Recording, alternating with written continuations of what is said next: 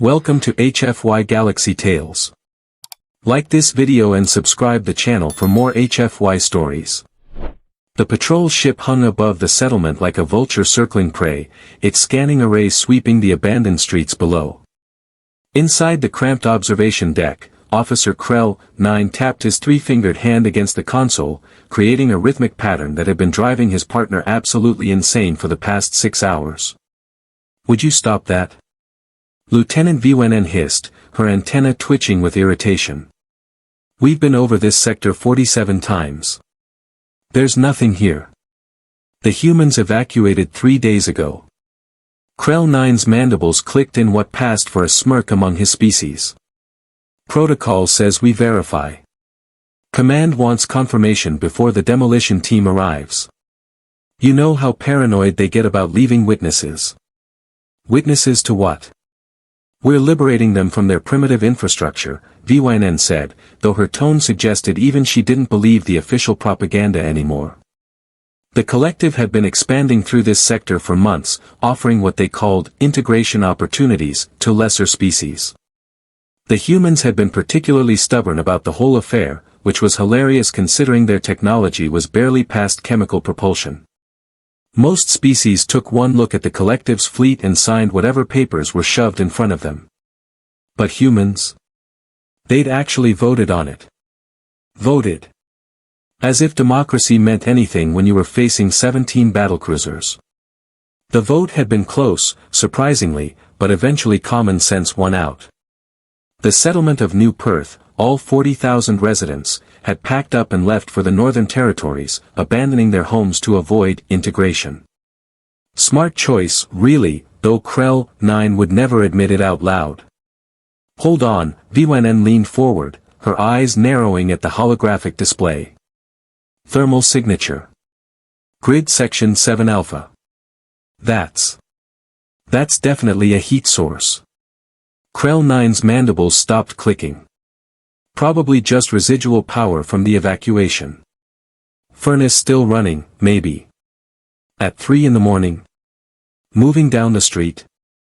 Vwen's fingers flew across the controls, magnifying the image. "Oh, by the void. There's someone down there." They both stared at the screen. Sure enough, a single figure was visible in the infrared spectrum, walking down what appeared to be Main Street. Just one person, alone in a city of empty buildings and silent alarms. "Some idiot stayed behind," Krell 9 muttered. "Probably one of those protest types.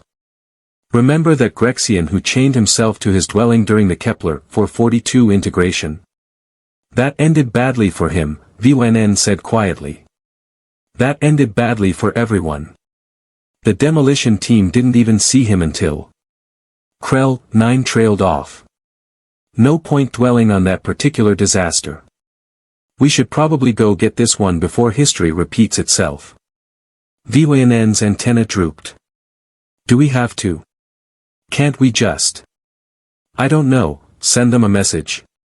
Tell them to leave? And have it on record that we ignored a potential security risk? You want to explain that to Commander Zax?" The name alone made Vwen shudder. Commander Zax had all the warmth and compassion of a black hole, and twice the gravitational pull when it came to crushing careers. "Fine. But I'm filing this under duress." They descended in the dropship, the small craft's engines humming through the quiet streets. Krell 9 had to admit, there was something deeply unsettling about an empty human city. The buildings stood like silent witnesses, windows dark, streets littered with the detritus of rapid evacuation. A child's toy here, scattered clothing there, abandoned vehicles parked at odd angles. "There," Vwen pointed. "Corner of 5th and Market."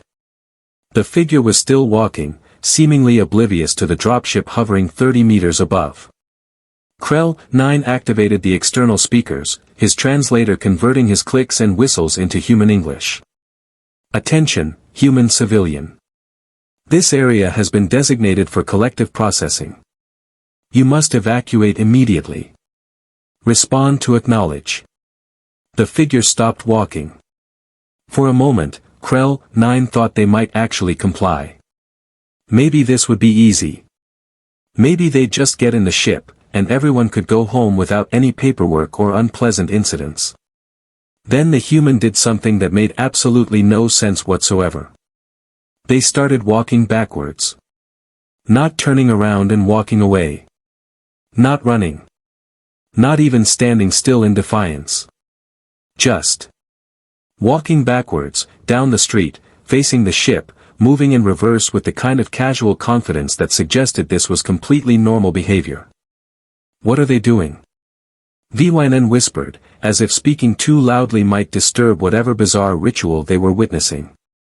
I have no idea, Krell 9 admitted. Is this a threat display? Some kind of human combat stance? The figure continued their backwards journey, arms swinging naturally, feet moving in perfect coordination. If anything, they seemed to be picking up speed.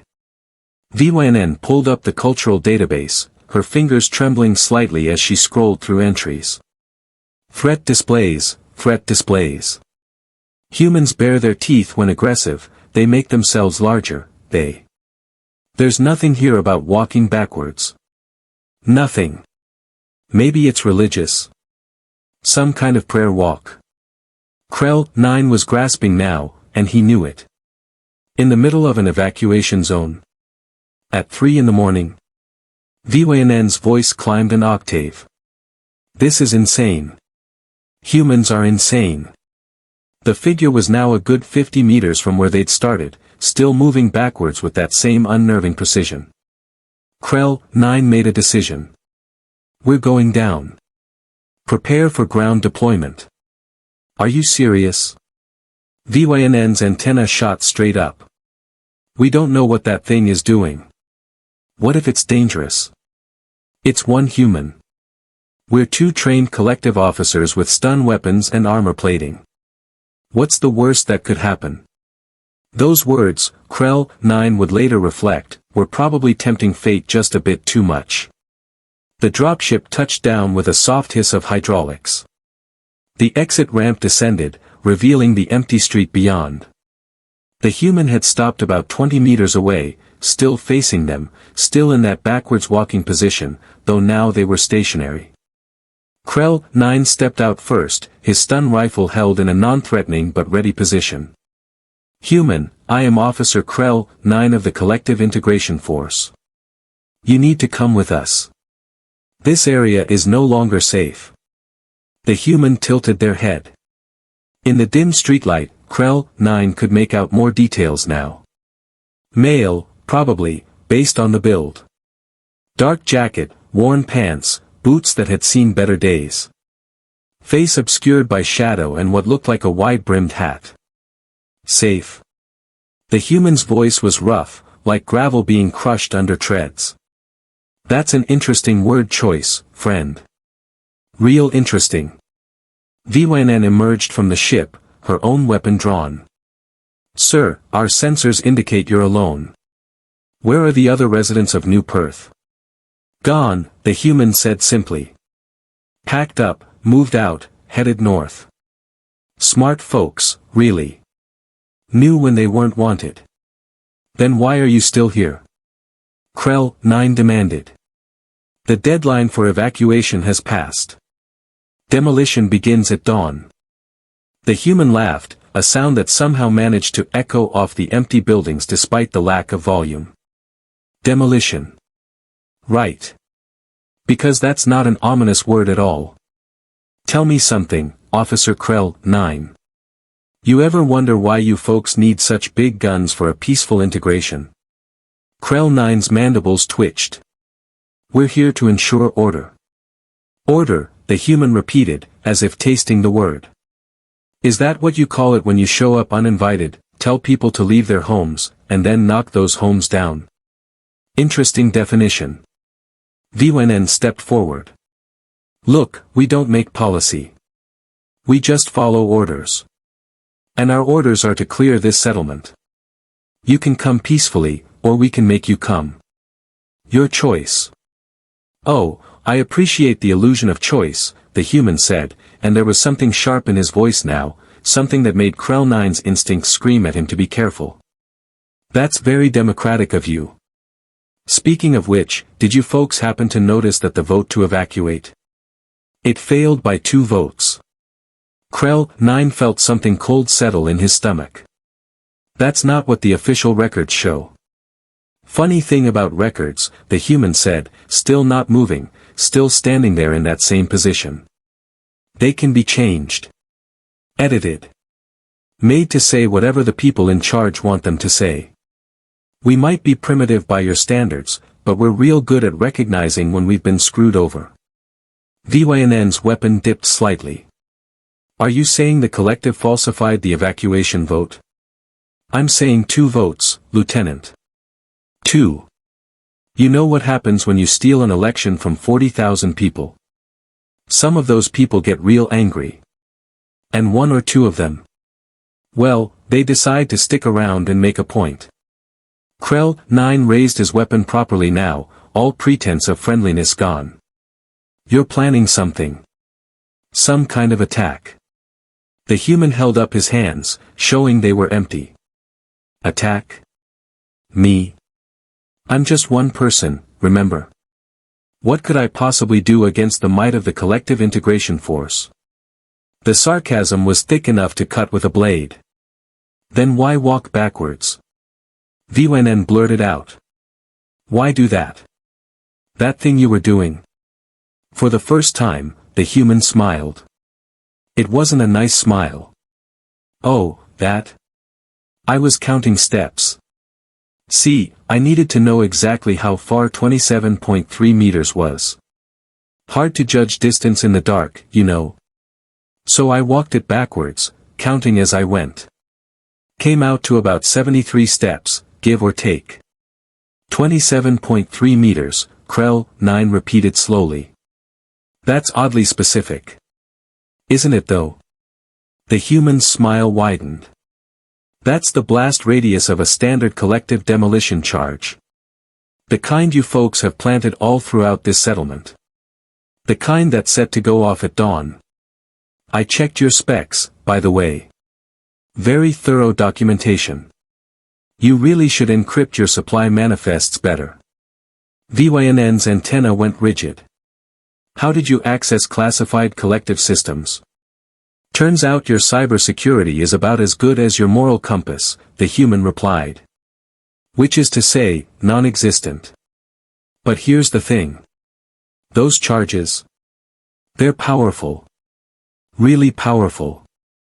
Designed to bring down buildings from the inside out.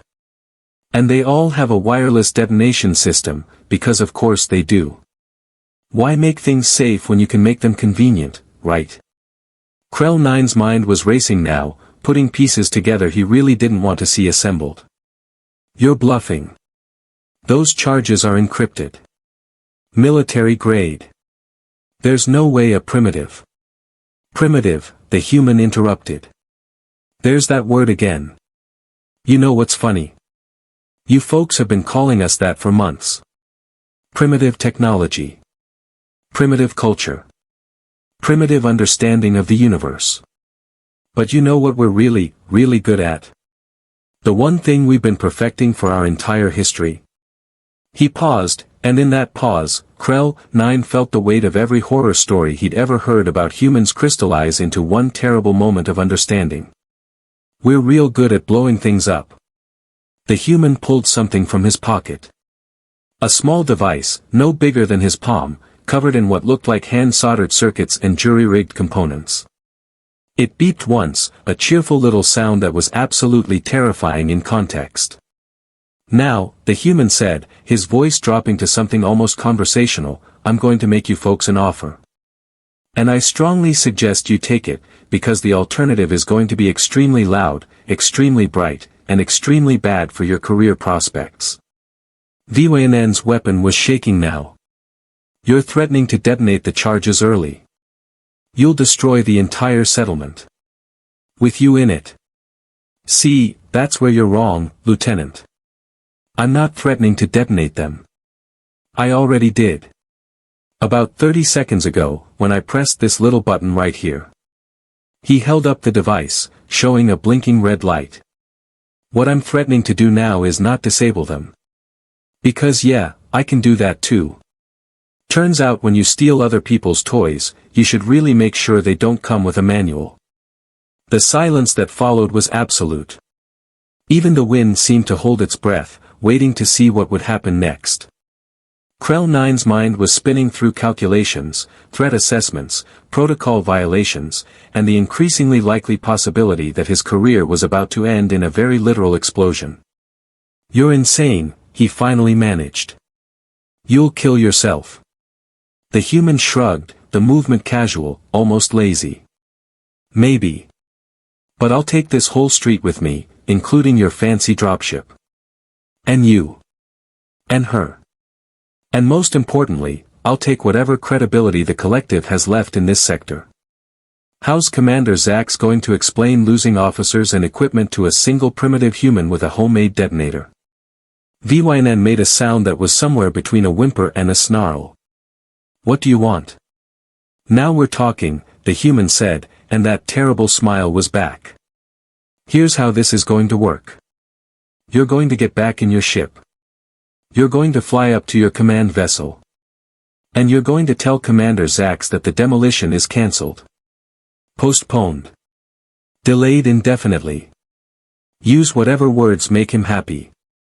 "He'll never agree to that," Krell 9 said, but his voice lacked conviction. "Then you'd better be persuasive," the human replied.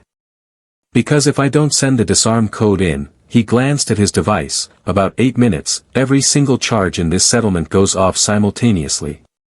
That's roughly 400 explosives, all networked together, all ready to turn New Perth into a crater.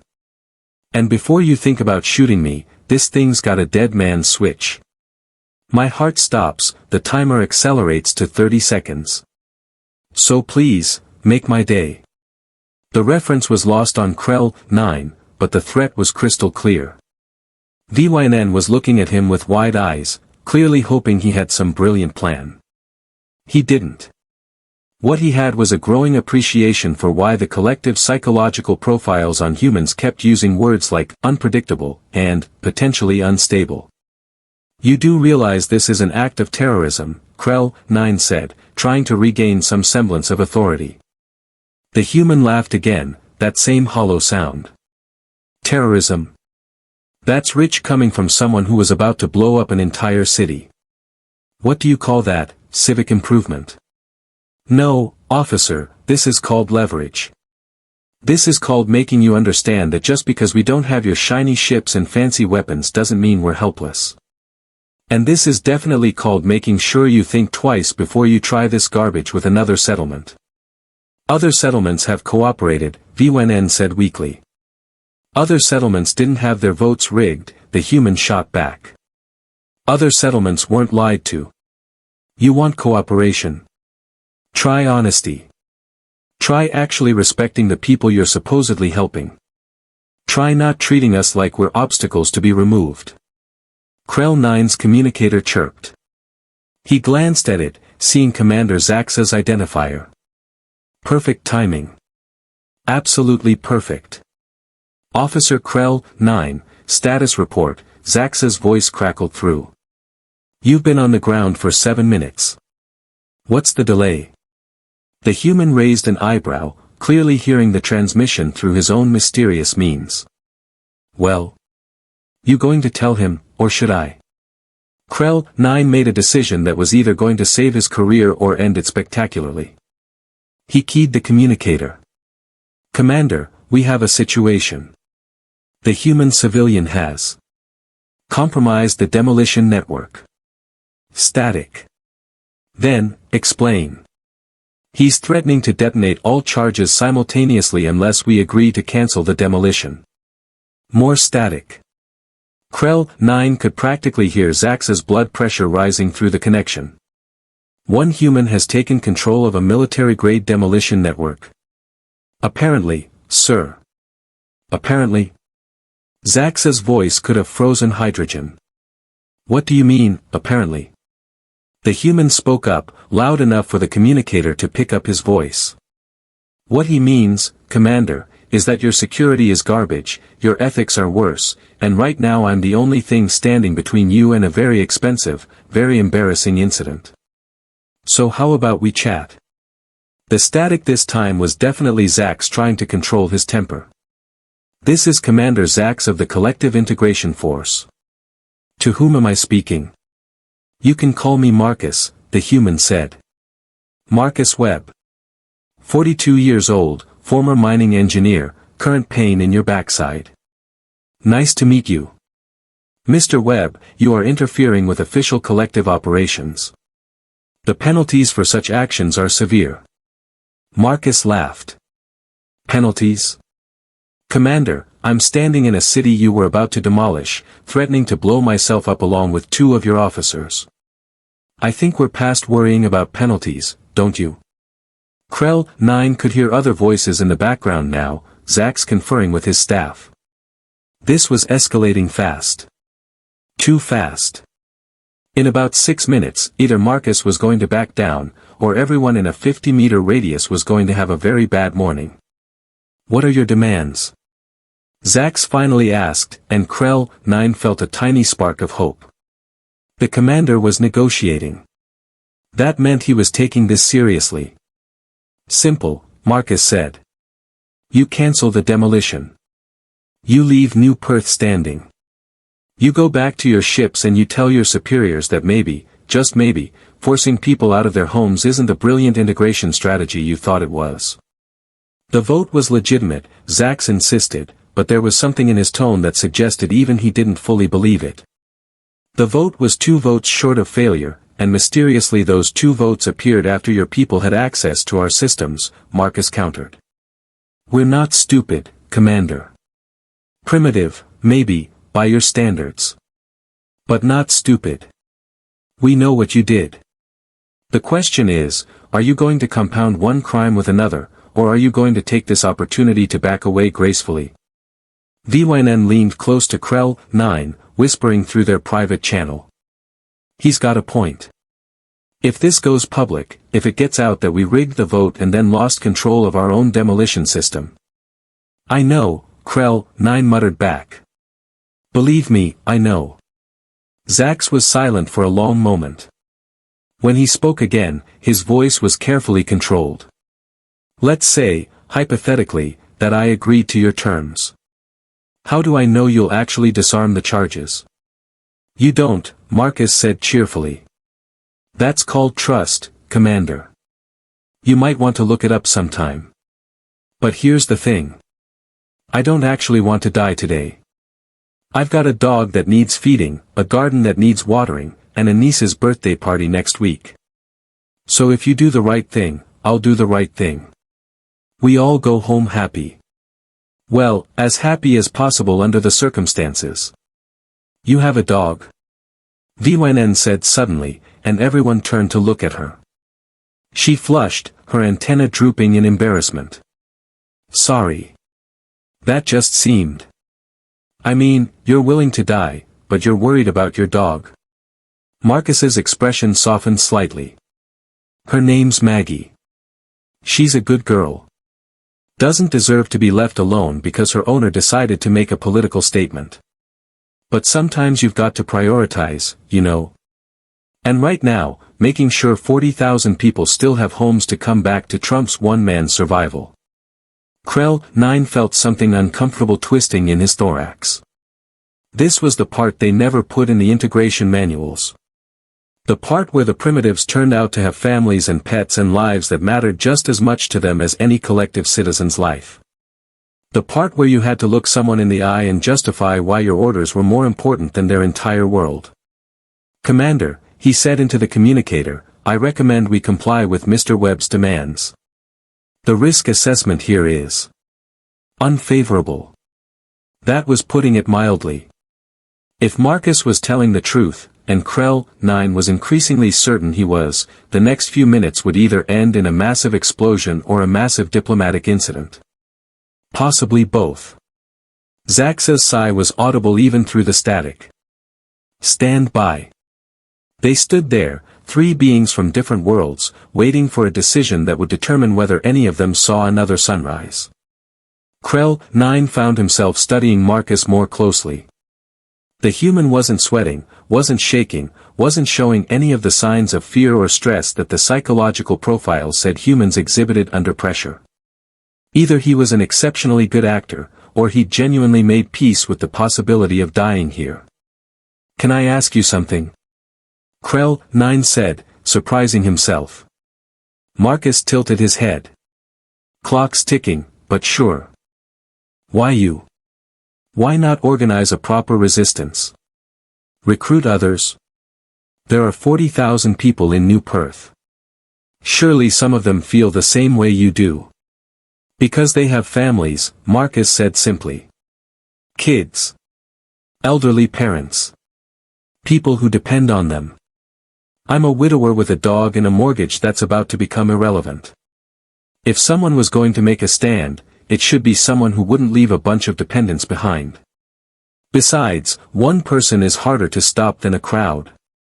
No meetings to infiltrate, no plans to discover. Just one stubborn human and a willingness to learn basic electronics. You're either very brave or very foolish," VYN observed. "Probably both," Marcus agreed. "But you know what? I'm okay with that. Because right now, Commander Zax is explaining to his superiors why their brilliant integration plan has hit a snag. And tomorrow, when other settlements hear about this, they're going to know that they don't have to just roll over and accept whatever the collective decides. Sometimes all it takes is one person to say no." The communicator crackled back to life. "Officer Krell 9, you are authorized to negotiate a temporary cessation of demolition activities pending further review." Marcus's eyebrow went up. "Temporary? It's the best you're going to get," Zack said, and now he was speaking directly to the human. "I don't have the authority to cancel the entire operation. But I can delay it. Give you time to file proper appeals through the collective legal system.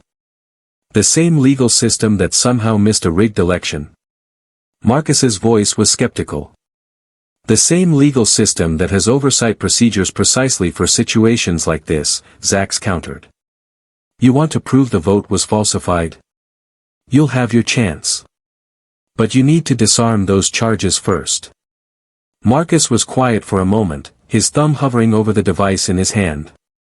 Krell 9 realized he was holding his breath, a biological impossibility for his species but somehow happening anyway. "Fine," Marcus finally said. "But I want it in writing. Official collective documentation, time-stamped and sealed, stating that New Perth's demolition is postponed pending a full investigation into voting irregularities. And I want it transmitted to every major news network in this sector. Human, collective, and independent. This doesn't stay quiet. That's going to cause problems," Zax warned. "That's kind of the point, Commander. You want compliance through intimidation? Try earning it through honesty instead." Another pause. Then, agreed. "You'll have your documentation within the hour. Now disarm the charges." Marcus looked at Krell 9, then at VYN, then back at his device. "You know, I really hope you folks are telling the truth. Because if you're lying, if you try to double-cross me, I promise you I'm not the only human who knows how to build one of these things. This might be the first stand, but it won't be the last." He pressed something on the device. It beeped 3 times, then went silent. The red light turned green. "Charges disarmed," Marcus said. "See? Trust. It's not that hard." Krell 9's legs felt weak with relief. VYN actually sat down on the pavement, her weapon clattering beside her. "You absolute maniac," she breathed. "You were actually going to do it." "Maybe," Marcus said, pocketing the device. "Or maybe I was bluffing the whole time. You'll never really know, will you? That's the thing about humans, Lieutenant. We're unpredictable. It's one of our best features." The communicator crackled again. "Documentation is being prepared. Officer Krell 9, you will remain on site until Mr. Webb confirms receipt and verification. And Mr. Webb? This isn't over. The collective has a long memory. So do we, Commander, Marcus replied. So do we. As they waited for the official documents to arrive, Krell 9 found himself reassessing everything he thought he knew about integration protocols, about primitive species, and about the fine line between following orders and doing what was right. Marcus stood there, calm as anything, occasionally checking a battered timepiece on his wrist. Your dog, VNN said suddenly. Maggie. What kind is she? Marcus smiled, and this time it was genuine, warm. Border Collie mix. Smartest animal you'll ever meet. Too smart, sometimes. Gets into trouble when she's bored. Sounds familiar, Krell 9 muttered, and was rewarded with a surprised laugh from the human. The documentation arrived 47 minutes later, transmitted directly to Marcus's own datapad, which he'd apparently had hidden in his jacket the whole time. He read through it carefully, checked the authentication codes, and nodded. Looks legitimate. Time-stamped, sealed, and already propagating through the networks. Good. Commander Zax, pleasure doing business with you. Officer Krell 9, Lieutenant VNN, thanks for not shooting me. I appreciate the restraint. What happens now? Krell 9 asked. Marcus shrugged. Now I go home, feed Maggie, and wait to see if the collective actually keeps its word. And you folks go back to your ship and think real hard about whether this integration thing is worth all the hassle.